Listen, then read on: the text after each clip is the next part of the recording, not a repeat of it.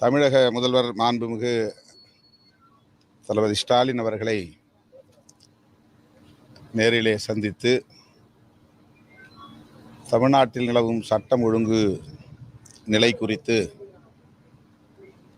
சில கருத்துக்களை பகிர்ந்து கொண்டோம். பகுஜன் சமாஜ் கட்சியின் மாநில தலைவர் ஆம்ஸ்ட்ராங் அவர்களின் படுகொலையில் கைது செய்யப்பட்டவர்கள் மட்டுமின்றி இதனை திட்டமிட்டவர்கள், இதனை நடைமுறைப்படுத்திய கூலி கும்பல் ஆகிய அனைவரையும் கைது செய்ய வேண்டும் என்று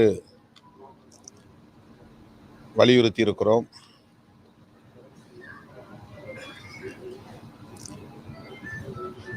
தமிழகத்தில் சட்டம் ஒழுங்கை சீர்குலைத்து ஒரு பதற்றத்தை ஏற்படுத்த வேண்டும் என்று சில அரசியல் கட்சிகள், சில அமைப்புகள் திட்டமிட்டு செயல்பட்டு வருகின்றன. குறிப்பாக பாரதிய ஜனதா கட்சிக்கு இந்த செயல் திட்டம் இருப்பதை அறிய முடிகிறது. ஆகவே ஆம்ஸ்ட்ராங் படுகொலையிலும் கூட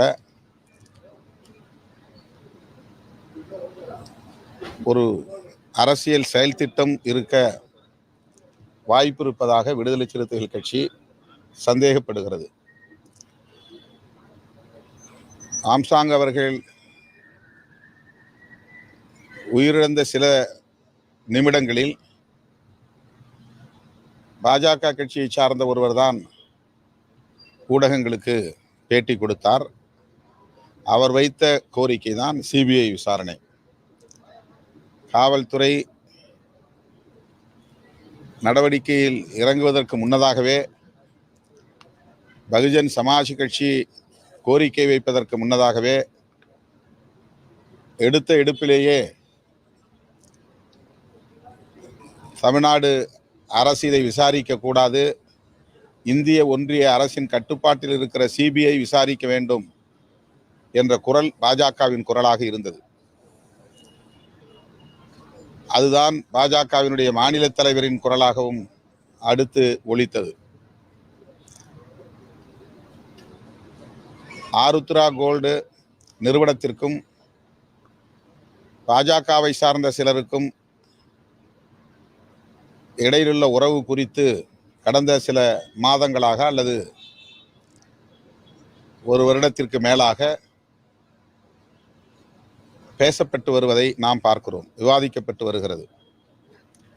ஆருத்ரா கோல்டு விவகாரத்திலே சம்பந்தப்பட்டவர்கள் பாரதிய ஜனதா கட்சியில் பொறுப்பிலேயே இருக்கிறார்கள். இப்போது ஆம்ஸ்ட்ராங் கொலையில் ஆருத்ரா கோல்டு விவகாரமும் பேசப்படுகிறது. பாஜக இதில் வலிந்து தலையிட்டு சிபிஐ விசாரணை கோருகிறது.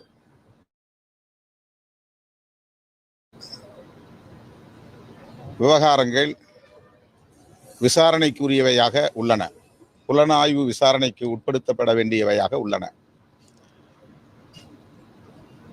அவர்களின் அரசியல் செயல் திட்டம் என்பது திமுக அரசுக்கு எதிராக இங்கே ஒரு பதற்றத்தை ஏற்படுத்த வேண்டும், ஒவ்வொரு வாய்ப்பையும் பயன்படுத்தி சட்டம் ஒழுங்கை சீர்குலைக்க வேண்டும் என்பதாகத்தான் இருக்கிறது. அதற்கு துணையாக பல அமைப்புகளும் இங்கே செயல்பட்டு வருவதை காண முடிகிறது.